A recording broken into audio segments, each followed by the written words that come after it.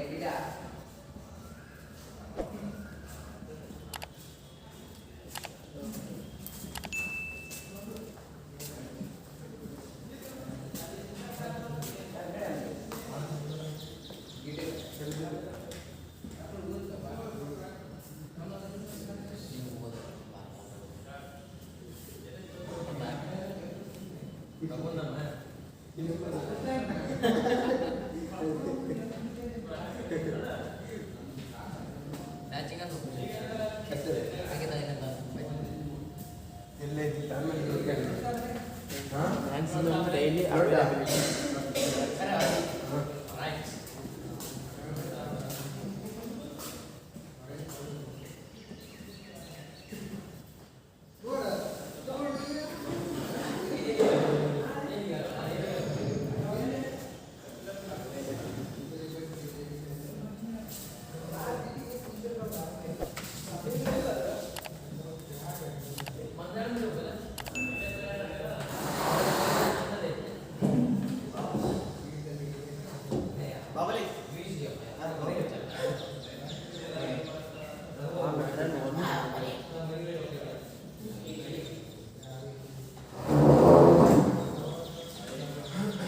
Mission 1 ಅಂತ ಕರಿತೀವಿ ನಾವು.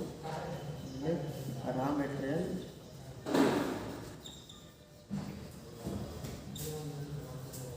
ಮಿಷನ್ 2, ಆಮೇಲೆ ಪ್ರಾಫಿಟ್ ಫಸ್ಟ್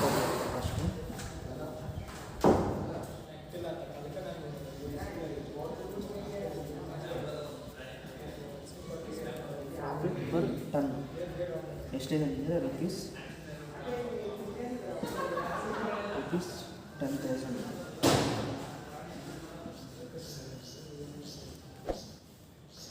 ಇದು ಎಷ್ಟಿದೆ? 6 rupees ಇದೆ. ಇಲ್ಲಿ 4 6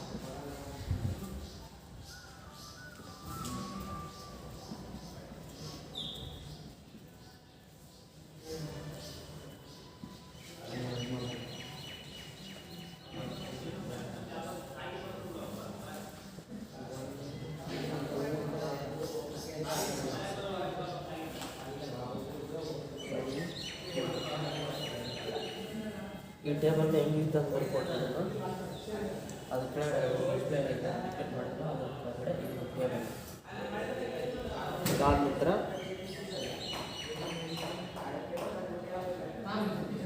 the daily demand for interior paint cannot exceed that for exterior paint by more than 1 ton. Also, the maximum daily demand for interior paint is 2 tons. ಆಮೇಲೆ Reddy mix wants to determine the optimum product mix of interior and exterior paints that maximize the total daily profit ಅಂತ maximise ಅಂತ ಹೇಳಿದ್ರೆ ನಮಗೆ ಅಂತ ಹೇಳಿದಾನ. ಈಗ ಪ್ರಾಬ್ಲಮ್ನ solution ಮಾಡೋಣ ಬನ್ನಿ.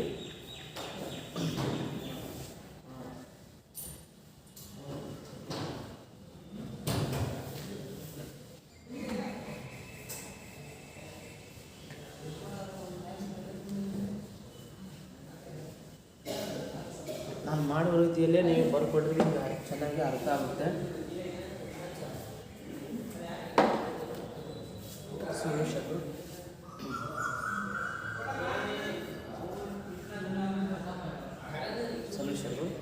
ಇದು ಸ್ಟೆಪ್ 1 ಅಂತ. ಫಸ್ಟ್ ಇದೇನಂತಿಲ್ಲ ಕೀ ಡಿಸಿಷನ್ ಅಂತಿರುತ್ತೆ. Find the key decision step 1.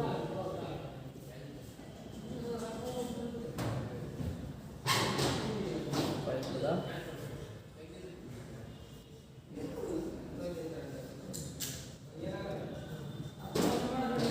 Key decision. Determination of ಇದೇನಾಗುತ್ತಂತಂದರೆ ನಾವು ಫಸ್ಟ್ಗೆ 5 ಸ್ಟೆಪ್ಸ್ ಇರ್ತಾವಲ್ಲ, ಅದಕ್ಕೋಸ್ಕರ ನಾವು ಇಲ್ಲೇನು ತಗೋಬೇಕಂತಂದರೆ ಡಿಟರ್ಮಿನೇಷನ್ ಆಫ್ ಡೈಲಿ ಔಟ್ಪುಟ್. ಇಲ್ಲೇನು ಹೇಳಿದರೆ ಡೈಲಿ ಔಟ್ಪುಟ್ ಆಗುತ್ತೆ.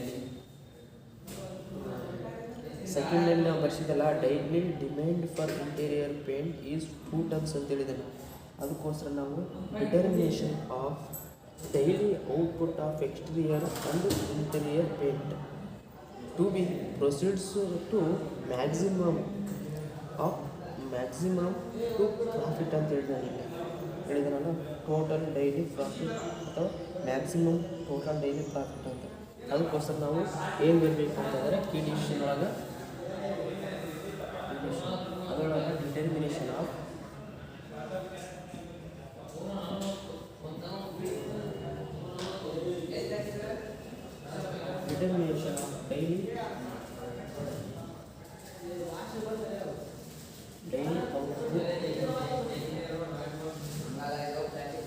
daily output for exterior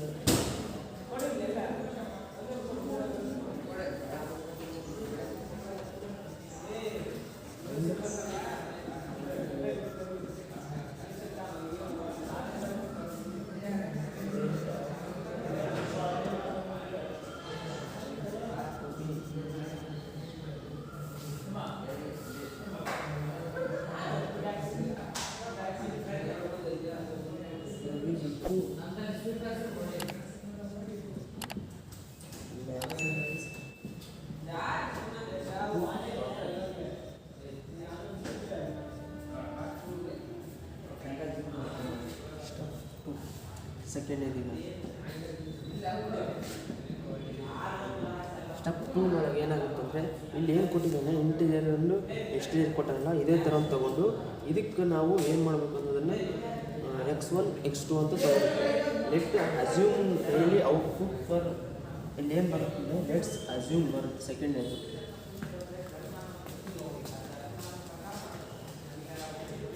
let's assume daily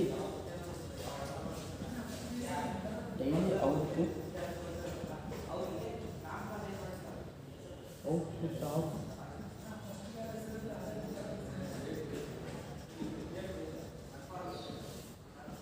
and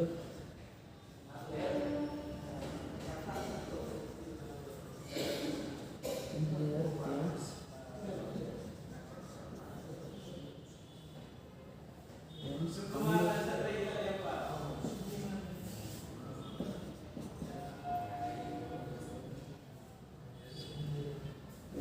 as ಎಷ್ಟಿದಾವೆ? ಎರಡಿದ್ದಾವೆ. ಎರಡು ಕಾರಣ ನಾವಿಲ್ಲಿ ಅಂತ ಹೋಗ್ತೀವಿ x1 x2 ಅಂತ ತೊಗೊಳ್ತೀವಿ. ಅದು 3 ಸೇರ್ತದೆ x1 x2 x3 ಅಂತ ತೊಗೊಳ್ತೀವಿ ನಾವು ಇಲ್ಲಿ. ಇವಾಗ ಸ್ಟೆಪ್ 3 ನೀವು ಆವಾಗಲೇ ನಾನು ಮ್ಯಾಥಮೆಟಿಕಲ್ ಮಾಡೆಲ್ ಒಳಗೆ ಸ್ಟೆಪ್ಸ್ 5 ಹೇಳಿದ್ದೆ. ಆ ಸ್ಟೆಪ್ಸ್ನ ನೀವು ಕರೆಕ್ಟಾಗಿ ನೀವು ತಿಳ್ಕೊಂಡಿದ್ದಾದ್ರಿಂದ ನೀವು ಆರಾಮಾಗಿ ಮಾಡ್ಬೋದು ಇದನ್ನು. ಹೌದಾ? ಸ್ಟೆಪ್ ಫೀಸಿಬಲ್ ಸೊಲ್ಯೂಷನ್ ಅಂತ ಥರ್ಡ್ ಒಂದು ಸ್ಟೆಪ್ ಯಾವುದಿರುತ್ತ? ಫೀಸಿಬಲ್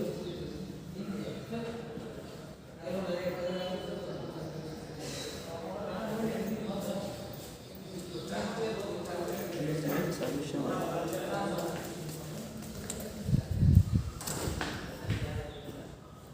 ಅದರೊಳಗೆ x1 x2 ಇದಲ್ಲ, ಇಲ್ಲಿ ಒಂದು ತಗೋಬೇಕು. x1 > 0, x2 > 0, ಆಮೇಲೆ x1, x2, > 0. ಇದು ಇಕ್ವೇಷನ್ನು ಒಂದು ಅರ್ಥ. ಇಕ್ವೇಷನ್ 1. ಇವಾಗ ಸ್ಟೆಪ್ಪು 4 ಈಗ 3 ಇದೆ.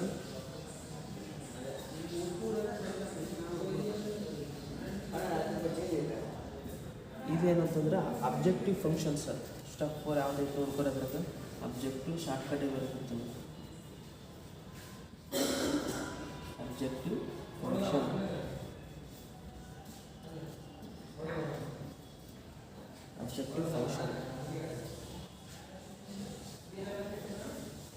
ಫಂಕ್ಷನ್ ಮ್ಯಾಕ್ಸಿಮೈಸ್ ಅಂದರೆ ಅಬ್ಜೆಕ್ಟಿವ್ ಫಂಕ್ಷನ್ ನಾವು ಏನು ತೊಗೊಳ್ತೀವಿ ಅಂದರೆ ನಮಗೇನು ಮ್ಯಾಕ್ಸಿಮೈಸ್ ಕೊಟ್ಟಿದ್ದಾನಲ್ಲ ಅದನ್ನು ತೊಗೊಳ್ತೀವಿ. ಎಷ್ಟು ಕೊಟ್ಟಿದ್ದಾರೆ ಅಂತಂದರೆ ಟೇಬಲ್ ಒಳಗೆ ಕೊಟ್ಟಲ್ಲ ಪ್ರಾಫಿಟ್ ಪರ್ ಟನ್ ಅಂತ ಎಷ್ಟು ಕೊಟ್ಟನ? ಪ್ರಾಫಿಟ್ ಪರ್ ಟನ್ ಎಷ್ಟಿದೆ ಒಳಗೆ 5 ಕೊಟ್ಟನ, 4 ಕೊಟ್ಟಿದ್ದಾನೆ. ಇದನ್ನು ತೊಗೋಬೇಕು. ಮ್ಯಾಕ್ಸಿಮೈಸು ಗೆಟ್ ಅಂತ ತೊಗೊಂಡು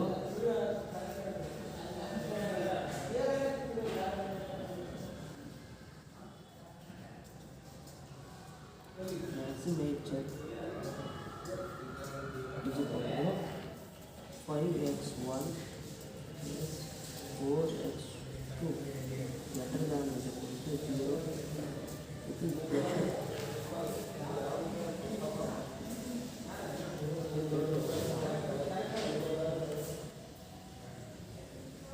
x1 ಅಂತ ತೊಗೊಂಡು 0 ಅಂತ ತೊಗೊಳೋದು ಬೇಕಿಲ್ಲ ಅಷ್ಟೇ. ಇದಕ್ಕೆ ಸ್ಟೆಪ್ 5 ಫಸ್ಟ್ ಆಯಿತು, ಸೆಕೆಂಡ್ ಆಯಿತು, ಥರ್ಡ್ 4 ಸ್ಟೆಪ್ ಆಯಿತು. ಸ್ಟೆಪ್ನಲ್ಲಿ ಹೋಗೋದು.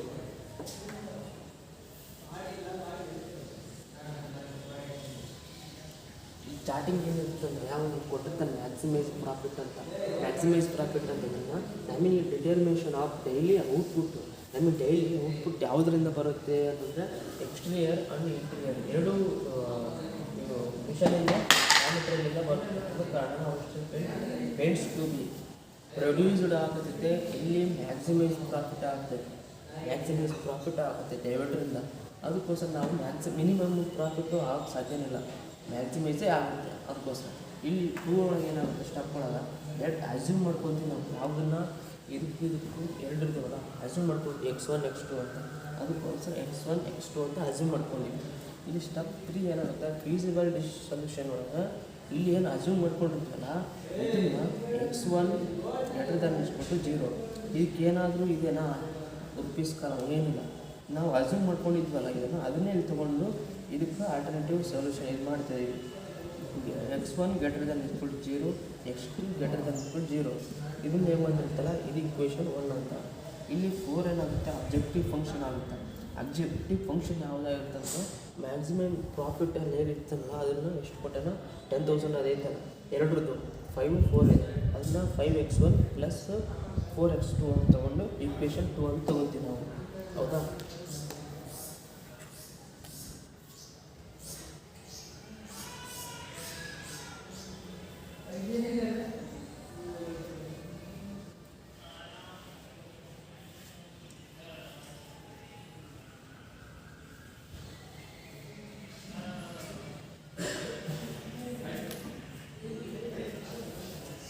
ಈಗ ಸ್ಟೆಪ್ಪು 5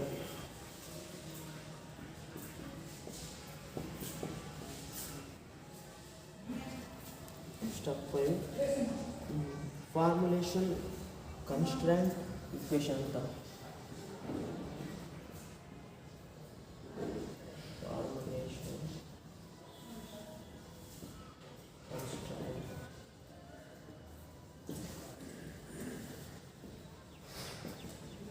ಇಕ್ವೇಷನ್. ಇದರಲ್ಲಿ ಏನಾಗುತ್ತದೆ ಅವನು ರಾ ಮೆಟೀರಿಯಲ್ ಫಸ್ಟ್ 1 ಕೊಟ್ಟಿದ್ದಾನೆ, ರಾ ಮೆಟೀರಿಯಲ್ ಸೆಕೆಂಡ್ 2 ಕೊಟ್ಟಿದ್ದಾನಲ್ಲ, ಎಲ್ಲರದ್ದು ಇಲ್ಲಿ ತೊಗೊಂಡು ಆಮೇಲೆ ಏನು ಮಾಡ್ತೀವಿ, ಇದ್ರೊಳಗೆ ಡಿಮ್ಯಾಂಡ್ ಕನ್ಸ್ಟೆಂಟ್ ಕೊಟ್ಟಿದ್ದಾನೆ. ಡಿಮ್ಯಾಂಡ್ ಕನ್ಸ್ಟೆಂಟು 1 ಕೊಟ್ಟಾನ 10, ಆಮೇಲೆ ಸೆಕೆಂಡ್ 10 ಕೊಟ್ಟಾನ. ಇದ್ರದ್ದು ಎರಡದ್ದು ಕೊಟ್ಟಿದ್ದಾನೆ. ಅವಾಗ ತೊಗೊಂತೀವಿ. ಫಸ್ಟ್ ಮಾಡೋದು ಬನ್ನಿ. ಮಿಷನ್ 1 ಟೇಬಲ್ ಒಳಗೆ ಇತ್ತಲ್ಲ ಅದನ್ನು ತೊಗೋಬೇಕು. ರಾ ಮೆಟೀರಿಯಲ್ ಮಿಷನ್ 1 ತಂದಿದ್ದೀವಿ. ಇಲ್ಲೇ ತಗೊಂಡು ಮಿಷನ್ 1 ಅಂತ ತಗೊಂಡು 6x1 + 4x2 ಇಲ್ಲೇ ಆಗುತ್ತೆ ಲೆಸ್ ದ್ಯಾನ್ 24 ಇದೆ ಆ ಕಡೆ 24 ಆಗುತ್ತೆ. ಇದು ಇಕ್ವೇಷನ್ ಅದು.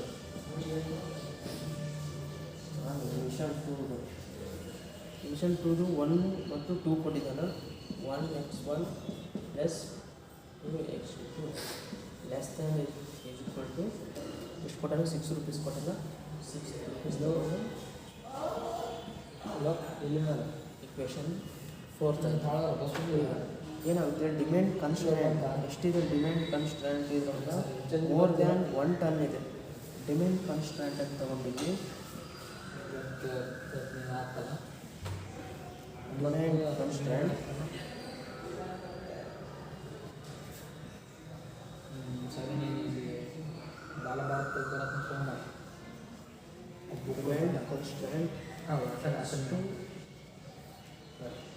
ಎಕ್ಸ್ಟ್ರೂಡ್ ಅಂತ ಹೋಗ್ಬೇಕು.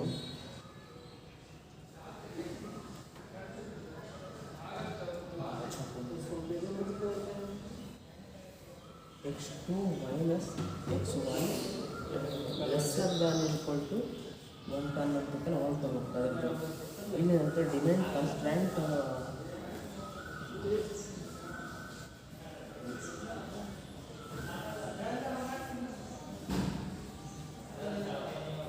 Demand constraint x2 lesser than = 2 ಕೊಟ್ಟಿದ್ದಾನೆ. ಎಲ್ಲ 2 ಟನ್ ಕೊಟ್ಟಿದ್ದಾನಲ್ಲ ಅದಕ್ಕೆ ತಗೋಬೇಕಾಗುತ್ತೆ. ಇದು ಇಕ್ವೇಷನ್ನು 5th, ಇಕ್ವೇಷನ್ 6th ಆಯಿತು. ಆಮೇಲೆ ಸಬ್ಜೆಕ್ಟ್ ಟು ಕನ್ಸ್ಟ್ರೆಂಟ್ ಇದು ಇನ್ನೊಂದು ಐತಲ್ಲ, ಮ್ಯಾಕ್ಸಿಮೈಸ್ ಜಡ್ ಇಲ್ಲಿ ತಗೋಬೇಕು. ಮ್ಯಾಕ್ಸಿಮೈಸ್ ಜಡ್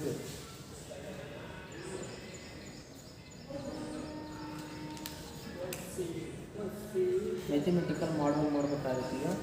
ಇವಾಗ ಏನೈತಲ್ಲ ಇದೇ ಮೇನು ಮ್ಯಾಥಮೆಟಿಕಲ್ ಅವೆಲ್ಲ ಮಾಡಿರ್ತೀನಿ, ಇಲ್ಲಿ ಇಳಿಸೋದಷ್ಟೇ ಮ್ಯಾಥಮೆಟಿಕಲ್ ಮಾಡೋದು.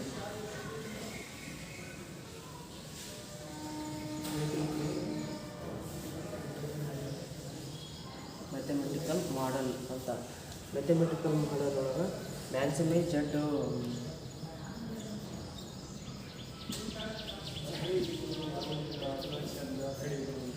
ಮ್ಯಾಕ್ಸಿಮೈಸ್ ಜಡ್ ಸ್ಟಾರ್ಟಿಂಗ್ ಮಾಡಿದ್ವಿ ನಾವು. ಎಷ್ಟಿದೆ ಅಂತಂದರೆ 5x1 +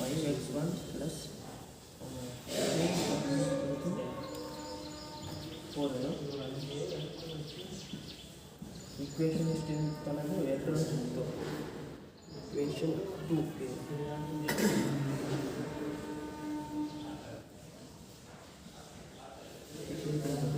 ಆಮೇಲೆ ಇಕ್ವೇಷನ್ನು ಫಸ್ಟ್ ಇದು ಥರ್ಡ್ ವೇಲಿರಲ್ಲ ಇವೆಲ್ಲ ಇಳಿಸ್ರಿ. ಆಮೇಲೆ ಲಾಸ್ಟ್ ಬರುತ್ತೆ. ಆಮೇಲೆ ಸಬ್ಜೆಕ್ಟ್ ಟು ಕನ್ಸ್ಟ್ರೆಂಟ್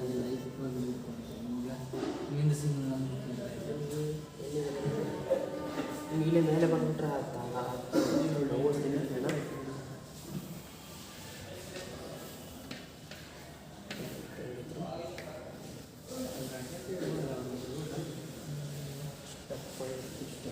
ಇದಿಷ್ಟು ಸ್ಟೆಪ್ ಆಗಿ ಬರ್ತೀನಿ.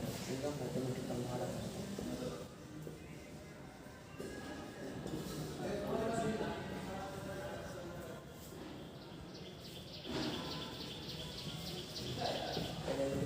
ಅಂತ ಬರ್ಕೊಂಡು ಇಲ್ಲಿ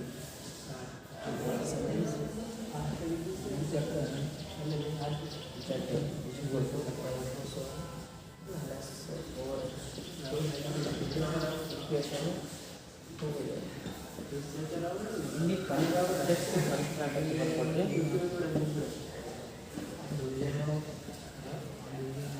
ಕನ್ಸ್ಟ್ರಾಕ್ಟ್ ಹೌದಾ.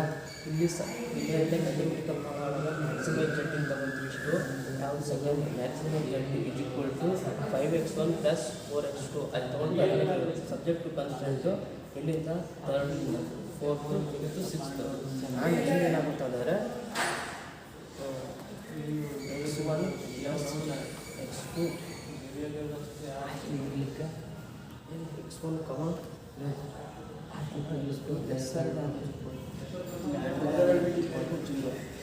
ಇದು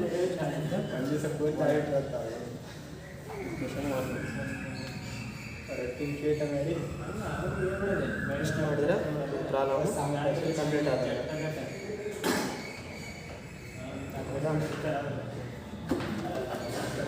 ಅರ್ಥ ಆಗಿತ್ತು ಅಂದ್ಕೊಂಡಿರ್ತೀನಿ ನಾನು. ಇಷ್ಟು ಮಾಡಿದ್ರೆ ಮ್ಯಾಥಮೆಟಿಕಲ್ ಮಾಡಲ್ ಅಂತ ಸೆಕೆಂಡ್ ಪ್ರಾಬ್ಲಮ್ ನಾನು ಹೇಳ್ತೀನಿ. ನಿಮ್ಮ ಕ್ವಶನ್ನ ನಿಮಗೆ ಸ್ಕ್ರೀನ್ ಮೇಲೆ ತೋರಿಸ್ತೀನಿ. ಅದು ಆಗಿಲ್ಲ ಅಂತಂದರೆ ನಾನು ನಂಬರ್ ಡಿಸ್ಪ್ಲೇ ಮಾಡ್ತೀನಿ, ಅದರಲ್ಲಿ ನೀವು ಮಾಡಿರಿ ಕಳ್ಸೋಕ್ಕೆ ನಾನು ಕ್ವಶನ್ನು ಮತ್ತು ಆನ್ಸರ್ ನಿಮಗೆ ವಾಟ್ಸಪ್ ಒಳಗೆ ಸೆಂಡ್ ಮಾಡಿಬಿಡ್ತೀನಿ. ಹೌದಾ. ನೀವು ತಪ್ಪದೆ ನಮ್ಮ ಚಾನಲನ್ನು ಸಬ್ಸ್ಕ್ರೈಬ್ ಮಾಡೋದ್ರಿಂದ ತಪ್ಪದೆ ಸಬ್ಸ್ಕ್ರೈಬ್ ಮಾಡಿ ಬೆಲ್ ಬಟನ್ ಕ್ಲಿಕ್ ಮಾಡಿ. ನಮ್ಮ ವಿಡಿಯೋ ಲೈಕ್ ಆಯಿತು ಅಂದರೆ ಲೈಕ್ ಮಾಡಿ ಅಂತ ಹೇಳ್ತೀನಿ. ಧನ್ಯವಾದಗಳು.